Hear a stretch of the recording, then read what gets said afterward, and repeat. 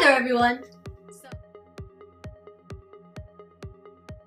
I just went to go and see The Hunger Games Catching Fire, and oh my god, the director is amazing, and oh my god, I don't know what to say. He is the best person in the universe right now, I guess. And oh my god, it's been so good. Praise Francis Lawrence. Praise Francis Lawrence. So, oh my gosh, it was so good. Oh my gosh. It stuck so good to the book, and everything was, I don't know, almost every single thing put in there was portrayed just the way I imagined it. And oh my gosh, it was so good. Oh my gosh. The whole entire time, I was just staring at the screen in awe, and it was perfect and so much better than the first one. Oh my gosh, it was the best thing in the world. I'm so glad that they got a new director, and that director was Francis Lawrence, because he is perfection. He is amazing. He made the perfect choices. He actually put in a lot of quotes from the book, which every single time something from the book was said, I was just like, oh my gosh. If you haven't seen it, then what are you doing? It is already November 22nd. Well, actually, when I post this, it will be the Monday after. And if you haven't seen it, then what are you doing with your life? That is the best movie in the world. You will have the best time of your life within those 2.5 hours. Go and see it now. It is the best thing ever. And if you haven't read The Hunger Games, or any of them, where have you been for the past 1.5 years? It was amazing. Oh my gosh. There was just so many feels during the whole thing. And I just don't even know. Okay, so let's get on to the explanation of this movie. It was just perfection. So the beginning starts off with Katniss at the lake that her father used to bring her to when she was younger. And it's the day of the beginning of her victory tour, and she has to leave soon. And Gale comes up to her and says goodbye and everything. And the thing that made me realize that this movie was going to be amazing was right then, when she was about to shoot a turkey with Gale behind her, and she shoots the arrow at the turkey. And all of a sudden, the first thing that she thinks of, and we see this as well, is she thinks of shooting the marble in the throat. And oh my gosh, that just showed me how perfect and brilliant of a mind that Francis Lawrence has, because he's including things from the previous movie and other information to show the people who are watching the movie what she is thinking in her mind without actually using words. And that, oh my gosh, it was perfect. And so, let's see, so she goes on the victory tour and everything, and it is amazing. And by the way, the Victor's Village looked just like I imagined it. And District 12 was so amazing, because in the previous movie, they had, you know how they had it set up for District 12, and so Francis Lawrence changed the whole image of District 12, and you can see the mining equipment in the background. You see the Hob, which looks so much better than it did in the first time. You see the black market outside it, and it's just brilliant. And it's a whole different view of the books, and it's just magnificent. And so, let's see, before Candace leaves for the victory tour, she kisses Gale, and it's so cool. And so then she gets home and she talks to President Snow. And okay, instead of including Bonnie and Twill in the movies, I knew they weren't gonna include them, because then there'd just be another extra part, and they can't waste the time on that. So what they did, which I'm perfectly okay with, because, well, I don't know, I have a little questions about it, but I'm mostly okay with it, was that President Snow said to Katniss, you know what's going to happen if this uprising continues? You know what's going to happen if you're the leader of this uprising? You're going to turn out to be just like District 13, hidden in the ashes.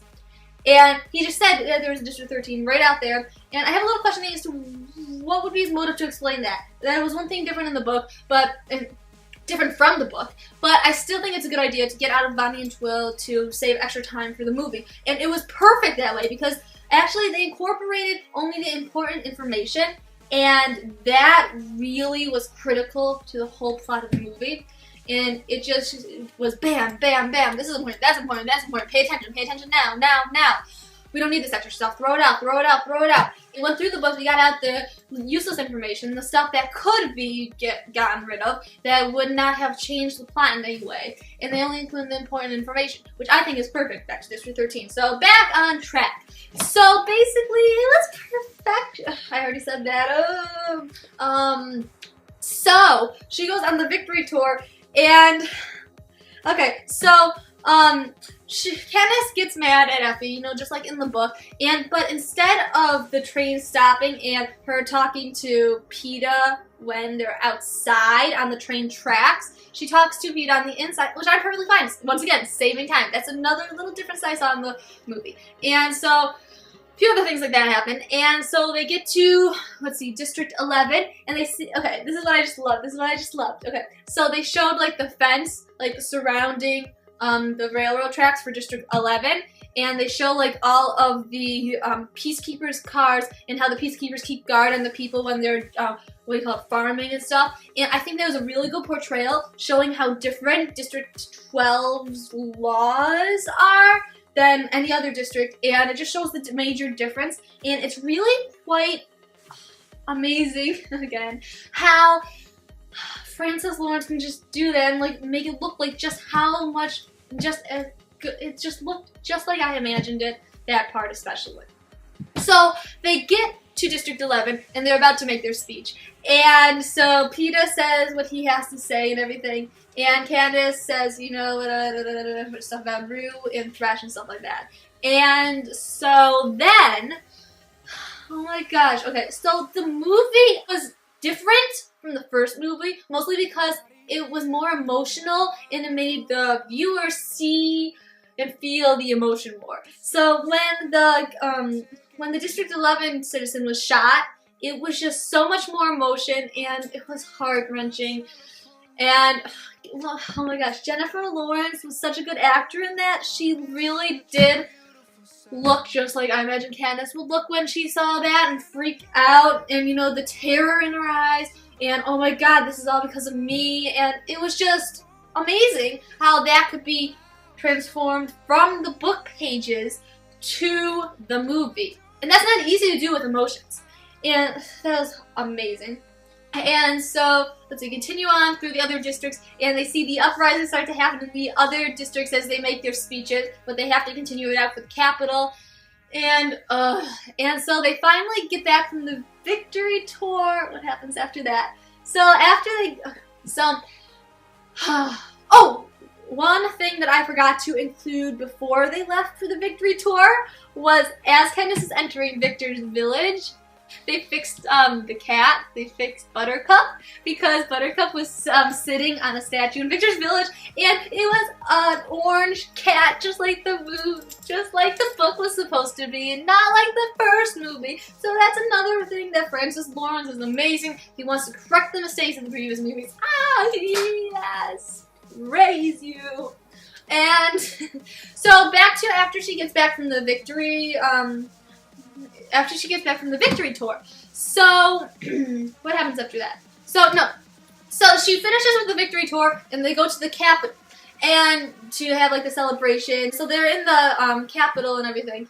And the thing that upset me was they portrayed Plutarch Heavensbee differently than I imagined it in the book. I don't know if anyone else had this thought, but it really was different from how I thought of him in the book. I thought, you know, he's trying to help Katniss, and, you know, in the end, okay, spoiler alert if I'm just talking you through this now, you know, in the end, he is part of, Haymitch's plans and everything, and he always wanted to help Katniss, but in the movie, he did not say, oh my gosh, it's almost midnight, I have to go. So, I felt like that being excluded, and a bunch of other things, meaning, like, when he was, like, pitching ideas to President Snow about like how to defeat Katniss and how to kill her and get her rid of it and stop her from starting the uprisings. And I just felt like that gave him a negative connotation, or in a way, because it made him seem like he was against it, which I think was good for people who haven't read the books before, because then they would throw them off, but I still felt like it was bad, and that shouldn't have been a part of the movie, with him having a negative connotation. He should have included, oh look, it's almost midnight, I have to go, you know, to show that just to start hinting it, and to show that he is a good guy. Okay, this is something that I thought was actually pretty cool. So at the end, like, President Snow makes a speech just as the end of the party of the Capitol, and he's drinking his wine, and he's drinking it. It turns from orange to blood red. I don't know if anyone else noticed this, but that's just one of the minor things that was just like, oh my gosh, blood and roses, President Snow, connection. And oh my gosh, that was perfect. So after President Snow, you know, turns to blood red, so Katniss finally gets back home. And what do you call it? Another, once again, negative connotation of Plutarch Heavensbee. So Plutarch Heavensbee tells, we get an insight into this, that Plutarch tells President Snow, you know what, we need to increase the fear of the District 12 citizens. We need to put in more vicious peacekeepers. We need to get out the other ones, make them fear us, eradicate any hope that Katniss has given the people. So that's just what they do. So Katniss is talking to Gale saying, we should run away, we should run away. She's talking in the fields. And all of a sudden, all these peacekeeper unit cars start coming. And oh my god, all these evil, vicious, vile peacekeepers start coming in. And a little different from, at least I think it's different from the first one, was that the peacekeeper uniforms, I don't know why, but they looked a little different to me. I felt like they made them look more, what's the word? More, I felt like it made them look more professional and strict in this. I don't know why exactly. Well, I think it was mostly because most of them had like that Star Wars droid thing. I'm not Star Wars fan, so I don't know if droid is the right term, but that's what I thought, okay? And their whole face was covered. They looked more different, scarier, and stuff like that. So the more vile and vicious peacekeepers come in. And what I found was interesting was that they, they muffled, like put a bag over the other peacekeepers' heads so they wouldn't revolt, I guess, against them. So all of these vicious peacekeepers are now in control. And they bring in the whipping station, and it's just, oh my god. And so they blow up the Hob, they throw everyone out of the black market, and so as Katniss is helping her friend from the Hob, Gale tackles the head peacekeeper, and because of this, it wasn't because of the turkey, but I'm still perfectly fine with that, okay? It really doesn't matter. Well, it does, but he still defied the law in a way, so I feel like that's justifiable. And, okay. And, okay. And so he's, he's whipped, and then Katniss gets in the way, and she's like, no! You had to get your way first. And so the peacekeeper goes, okay. He's about to shoot. Then Haymitch comes and he's like, shoot her, shoot me too, or something like that. And the peacekeeper is still debating whether he should do it or not. That's just showing how crazy he is. I mean, really. Oh my god, he's just crazy. And the once again, little details. What I noticed was that the head peacekeeper, you know, the one that was whipping Gale and causing all this chaos and leading everyone else, he had like specks of blood all around his uniform, and that just shows that how vicious he really is. I mean, he's whipping Gale so hard that the blood is spattering back onto him. Doesn't that say something about him? That he's like defiled or whatever the word is? Tarnished, I don't know, and I don't know. So they bring Gale back to, Katniss's mom and everything, and they heal him and everything. That really did stay true to the book. And one little part of something that was not shown in the book was that as Katniss is getting snow outside, Prim comes up to her and she's like, I see something in the people that I haven't seen before. Katniss says, what? Hope. Oh my god. Okay, and this movie, I felt like it really did demonstrate how the how the Hunger Games affects people in the districts. For example, for Prim, it shows that she really did grow up. She's like, you know, I don't need you, Katniss, to protect me. I don't even need Mom to protect me. I can do it on my own. I'm strong enough now. And that just shows, I mean, come on, she's what, 12? And she's like grown up already. Then so then the quarter call, it is announced that the tributes will be chosen from the remaining pool of victors. Then Candace says to Haymitch, you know, I need you to help me get Peeta out of the reading. It comes to the day of the reading. And oh my god, emotions overflowing. And so, Effie, this is where we really get to see not only do the games affect the victors and the victors' families, or the tributes' families, and the people in the districts, but it also does have an effect on the capital people. And so it's the day of the reaping, and she chooses Katniss, and she looks at her with compassion and pity, and that just shows just how it affects everyone. The games just don't affect the tributes and the people of the outside the capital. It affects everyone. And saying, okay, and it was just so sad when Haymitch was called, and Candace goes, and then it just shows really good how like Peeta wants to save Katniss, because right away as soon as Haymitch comes, like, I volunteer as tribute. No thought, just goes. Boom. Automatic. And so I just thought that was good. And so they get going on to the capital. I loved how like Finnick was portrayed in the movie when he was introduced to Katniss before they were on the horse chariots. And all the dialogue there almost came directly out of this book. And I just thought that was magnificent. Hold on. I'll read out what was actually in the movie and also in the book. Okay. Want to show you cute? They're supposed to be for the horses, but who cares? They've got years to eat sugar, whereas you and I, well, if we see something sweet, we better grab it quick. He said that line in the movie. Oh, and let's see what else. Then no thanks. I'd love to borrow your outfit sometime though. That was the movie too. Okay, feels. Okay, so I thought this was absolutely hilarious. Okay. It's Haymitch, Peeta, and Katniss, and also on Johanna's like, hold up, and she has her tree dress thing on, and she's like, oh, it's so hot in here, do you mind unzipping me? And Candace's face during that whole process.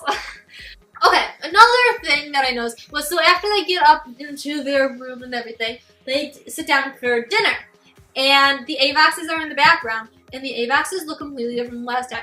They go to the training center, and Haymitch says, you need to make allies for this quarter quell because it's going to be difficult. And let's just say the first time they get there, they did not see the best of the tributes. One guy throws up as soon as they get in, and they're like, oh, this isn't going to be that really difficult, but I don't know. More people get in. And so Katniss goes up to BT and Lyris, and it's awkward, but funny, and it is funny.